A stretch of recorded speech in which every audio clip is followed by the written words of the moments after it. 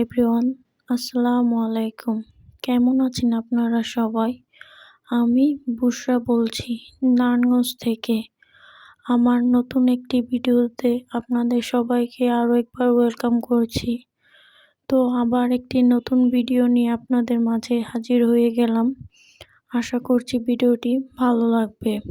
সকালে ঘুম থেকে উঠেই বেলকনিতে চলে আসছি, কারণ ঘুম থেকে উঠেই আমার বেলকনিতে আসা লাগবে, এসে আমার গাছগুলোকে দেখা লাগবে, সাথে একটু পানি টানি স্প্রে করলাম। আর এখন এখানে তো ব্রেকফাস্ট রেডি করার জন্য চলে আসছি। তো ভিডিওর প্রথমে বলে রাখি, ভিডিওতে আপনারা অনেক নয়েজ পাবেন।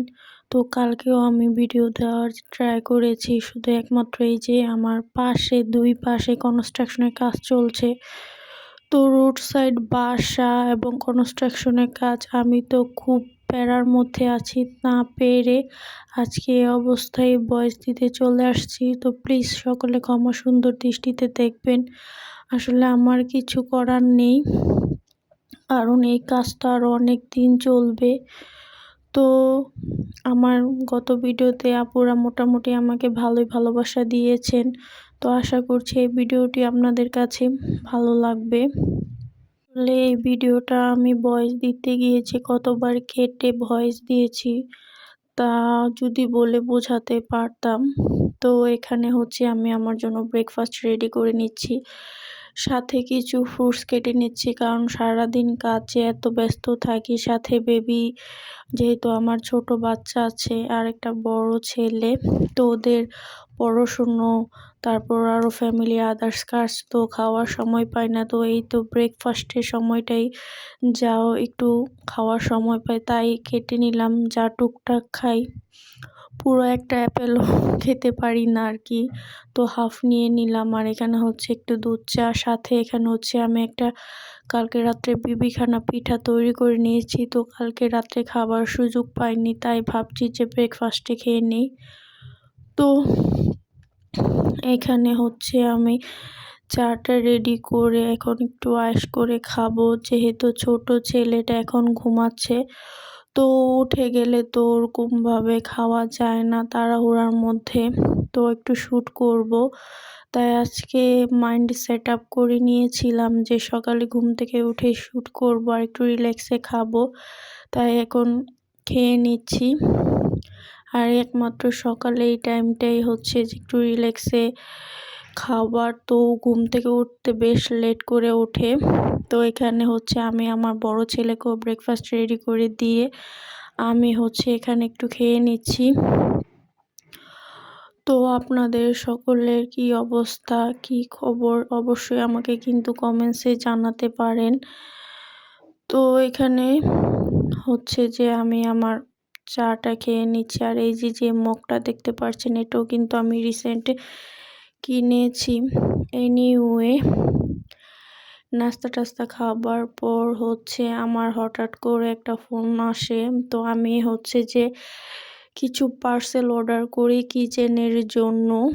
তো নেক্সট ভিডিওতে আসলে কিচেন মেকওভারটা আপনাদের সাথে শেয়ার করব আশা করছি। তার সাথে হচ্ছে যে আমাদের বাসার বিয়ে, মানে ভাইয়া, আমার হাজবেন্ডের বড় ভাই, মানে ভাসুর, সবাই হয়তো বা শুনে অবাক হতে পারেন, কিন্তু হচ্ছে যে উনি আসলে ওনার মেয়ে চুজ হচ্ছে না, তাই আমার হাজবেন্ড বিয়ে করে ফেলেছে। তারপর এখন ওনার আবার বিয়ে। তো যাই হোক, তো ওনার বিয়ে, শপিং, মার্কেটিং এগুলো নিয়ে বেশ ব্যস্ত আছি। তো বিয়েতে তো বউর জন্য অনেক কিছু শপিং করেছি। তো কে কে বিয়ের শপিং ভিডিও দেখতে চান অবশ্যই কিন্তু আমাকে কমেন্টস করে জানাতে পারেন।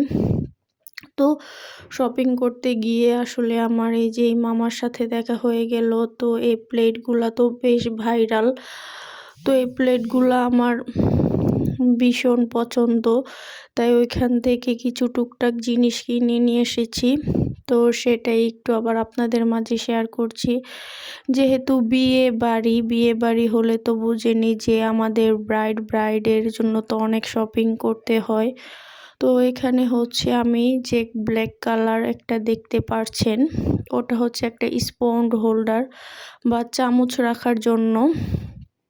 তারপর এখানে হচ্ছে যে একটা ট্রের মতো প্লেট, ওটাতে আসলে খাবার টাবার সার্ভ করার জন্য। আর এখানে হচ্ছে যে হোয়াইট কালার যেটা আমার হাতে এখন দেখতে পাচ্ছেন, এটা হচ্ছে স্যুপ বাটি। আর এই তো যেটার কথা বললাম যে ব্ল্যাক কালার স্পুন হোল্ডার, আর এখানে হচ্ছে একটা কারি বাটি নিয়েছি।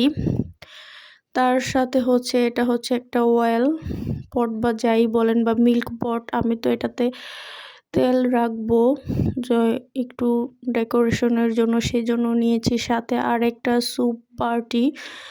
আর এখানে হচ্ছে যে এই সার্ভিং ডিশটা, এই বাটিটা আসলে আমি অনেক দিন ধরে নিব অনলাইনেও দেখছি। তো আমি যে জিনিসগুলো পাবো আসলে আমি কিন্তু কল্পনাও করতে পারিনি।